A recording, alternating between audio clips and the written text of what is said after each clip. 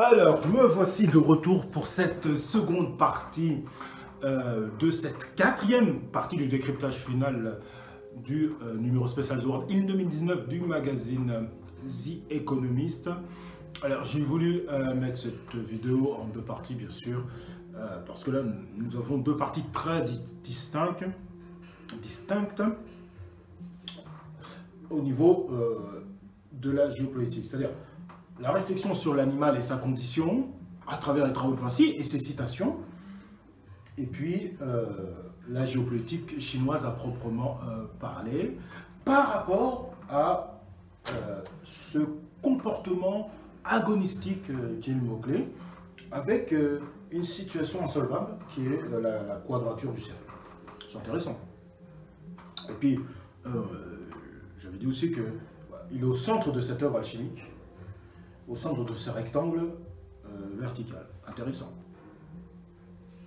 Donc, bien évidemment, au niveau de la géopolitique chinoise, en primordialité, bien sûr, nous avons toujours la diplomatie chinoise.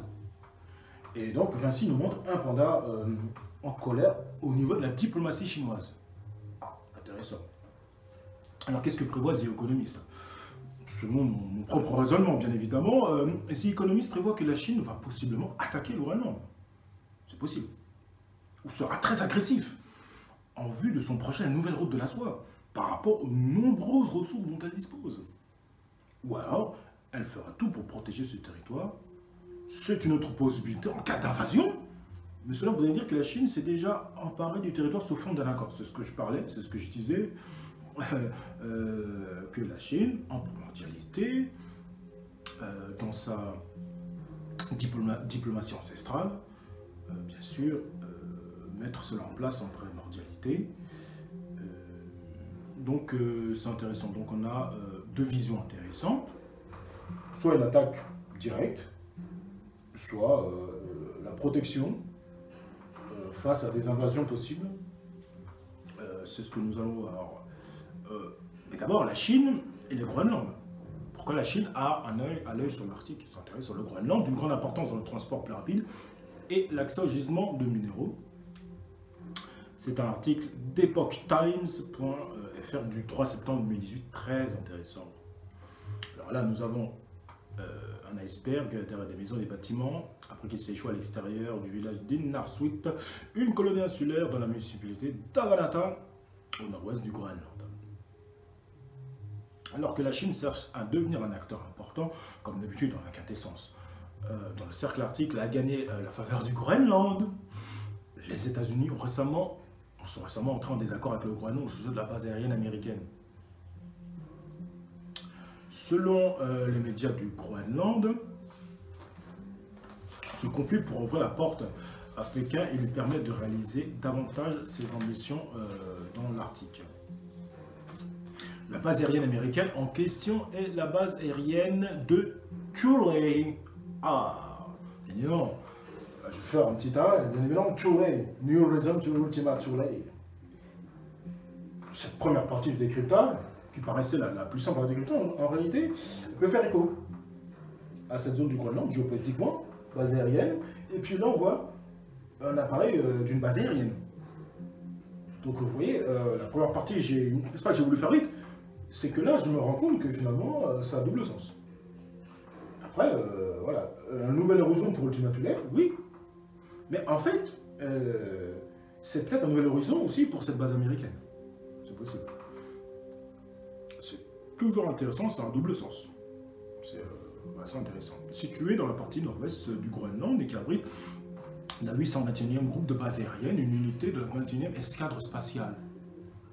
Cette unité qui fait partie de l'US Air Force est chargée de donner des alertes précoces sur les missiles et de détecter tout objet en orbite autour de la Terre afin de les empêcher d'entrer en collision avec des satellites. Thule est la base la plus septentrionale de l'armée de l'air et sous opération américaine depuis la Seconde Guerre mondiale. Le Groenland est stratégiquement important pour l'armée américaine car la route la plus courte entre l'Amérique du Nord et l'Europe passe par l'île Arctique selon Reuters. Il s'agit d'un pays constitutif autonome du royaume du Danemark. Le radiodiffuseur national du Groenland, KNR, dans un article d'opinion publié le 30 août, a interpellé la décision des États-Unis à faire appel à Vectrus Service, une filiale d'une société basée au Colorado, pour assurer l'entretien de la base aérienne de Thule, arguant que la société ne répond pas aux besoins du Groenland. En n'introduisant pas le contrat à une entreprise groenlandaise ou danoise, Skyner a déclaré que le Groenland perdrait jusqu'à plusieurs millions de dollars américains par an.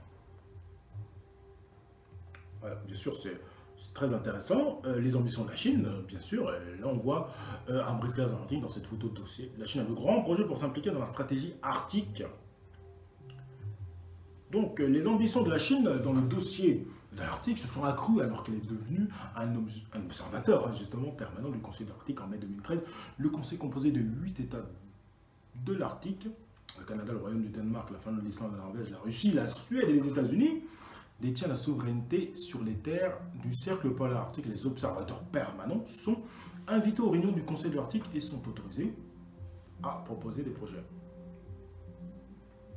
Très important pour comprendre la volonté chinoise au Groenland. En 2007, Pékin a publié un document intitulé « Vision pour la coopération maritime » dans le cadre de l'initiative Route et Ceinture, Belt and Road Initiative, en anglais la proposition prévoyait une liaison arctique entre la Chine et l'Europe occidentale, viendrait compléter l'initiative chinoise au bord, une ceinture, une route, ou la nouvelle route de la soie, justement, proposée en septembre 2013. Au bord cherche à établir des partenariats économiques avec Pékin avec plus d'1 milliard d'euros par an. Les ambitions du régime chinois ont été exposées dans un livre blanc intitulé « La politique arctique de la Chine » publié en janvier. Le document indiquait que la situation pour l'Arctique dépasse désormais son caractère interarctique d'origine ou sa nature régionale. Annoncer que la Chine participerait à la gouvernance de l'Arctique, notamment en prenant des décisions sur l'utilisation des ressources arctiques par le Conseil arctique et le développement des routes maritimes de la région. C'est fondamental. Alors, bien sûr, pour terminer, les intérêts de la Chine au Groenland.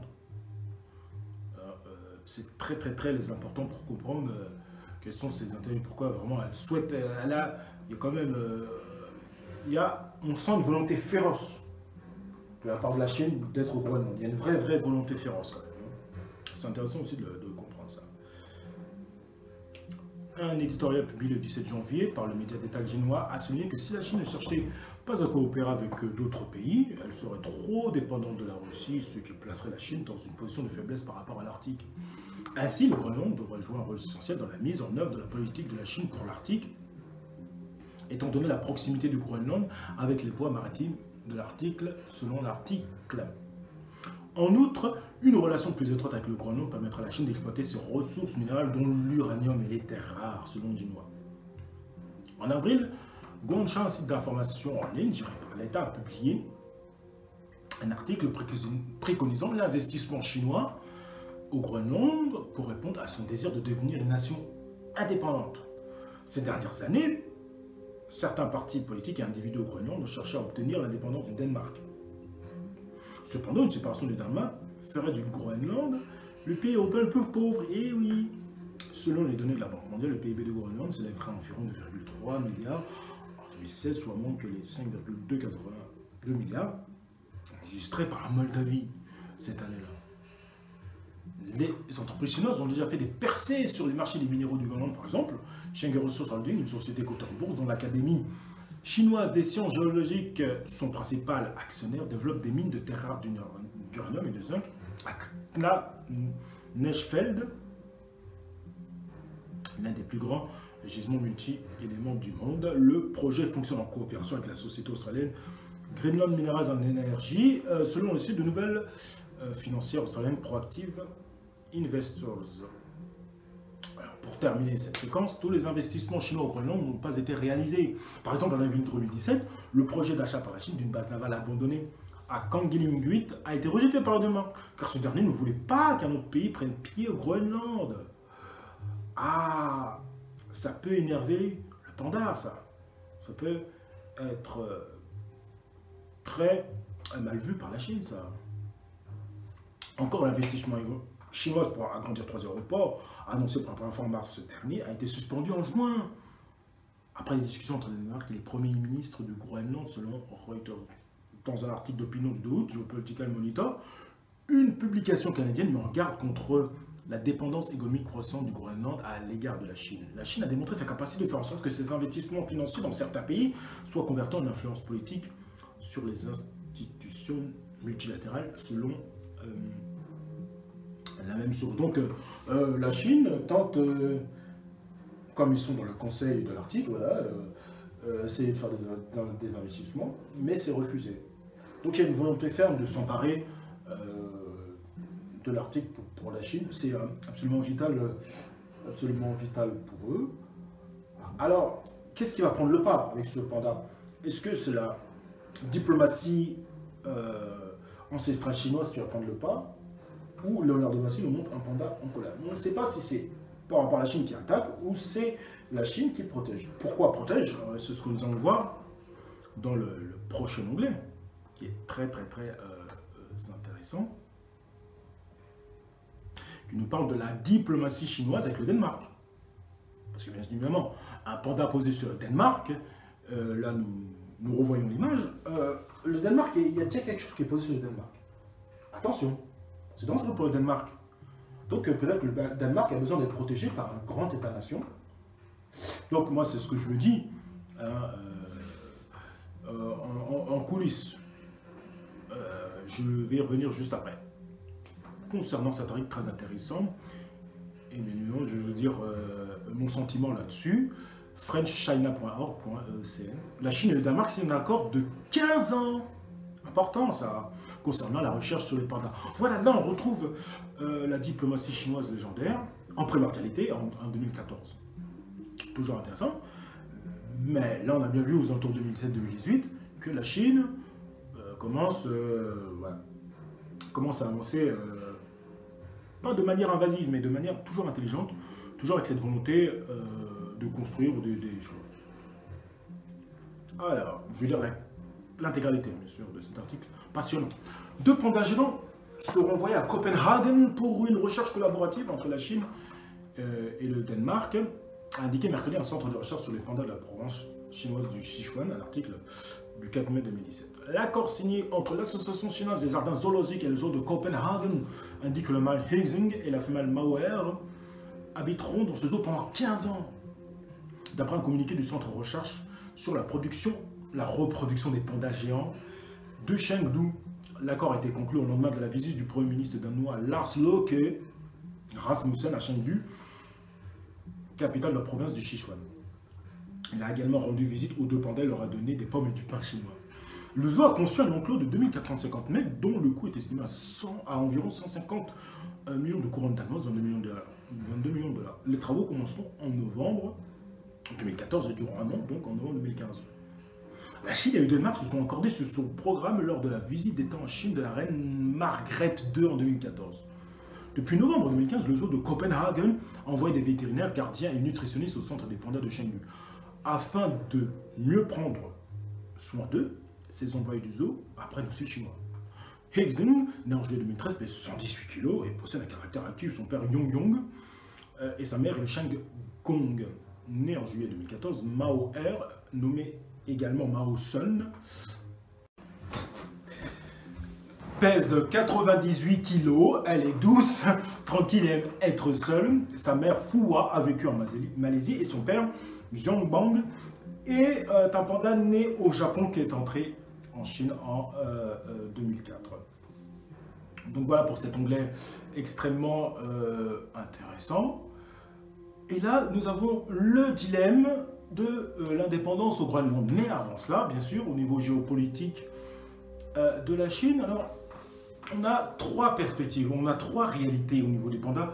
La plus logique, mais avant ça, c'est mon sentiment par rapport à la reine qui va en Chine.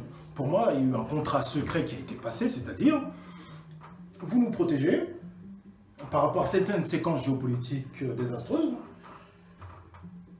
Et Poutine pipeline, je vais y revenir bien sûr. Donc c'est dangereux pour le Danemark. Le Danemark est à ce niveau-là, donc c'est très dangereux. Donc il demande peut-être à la Chine un protectorat. Et on aura on a justement la Chine qui est agressive par rapport à des voisins. C'est possible. Ça c'est une première géopolitique plus logique, je dirais, parce que bien évidemment, on n'aura pas ça dans les Anglais. Hein, le fait que la reine du Danemark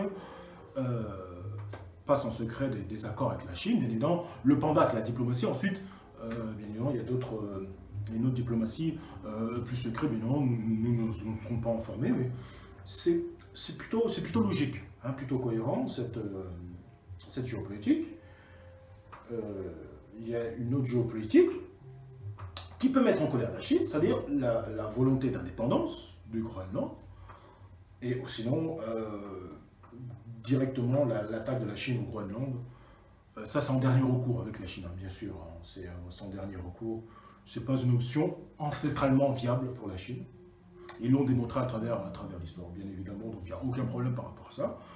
Donc, première lecture, diplomatie, avec des accords secrets de protection, concernant certaines séquences de type apocalyptique. Deuxième séquence, une Chine en colère, suite à la volonté d'indépendance du Groenland, et si vraiment ils le sont, c'est compliqué par rapport au Danemark, puisque il y a de l'indépendance, ou sinon une attaque complète, mais ça peut arriver, malheureusement, comme je vous ai dit, avec certaines séquences ici, hein, on voit bien, regardez ici, je vous ai dit avec la Deutsche Bank qui a explosé, j'ai fait la vidéo, qui a bien marché au niveau des vues, hein, bien sûr. Donc c'est une information extrêmement importante, hein. Vous voyez, ça avance, c'est une séquence qui avance, avec le fondement de la Deutsche Bank. Et c'est implacable, et ça peut tout changer, un effondrement économique. Cette séquence peut bien évidemment tout changer, peut changer certaines attitudes des États-nations. On ne sait pas ce qui va se passer. En tout cas, lors d'une crise économique, on ne sait pas comment les États-nations vont agir. On voit bien ce qui se passe en Iran. On ne sait vraiment pas ce qui va se passer. Et au vu de ce qui se passe, notamment l'armée française basée près de la frontière russe, de l'OTAN donc, c'est quand même très inquiétant au niveau des États-nations, de leur disposition militaire, c'est très inquiétant. Et donc on a une volonté chinoise, mais il y a une volonté groenlandaise que nous allons voir en dernier onglet pour terminer cette vidéo. Le dilemme de l'indépendance au Groenland. Un article de Arion24.news. Le dilemme de l'indépendance au Groenland, un article du 21 octobre 2018, comme d'habitude, l'inquintessence. Et une indépendance, comme je disais, qui peut mettre en colère pendant ce comportement agonistique. Donc là, nous voyons la carte du Groenland avec les différentes routes maritimes.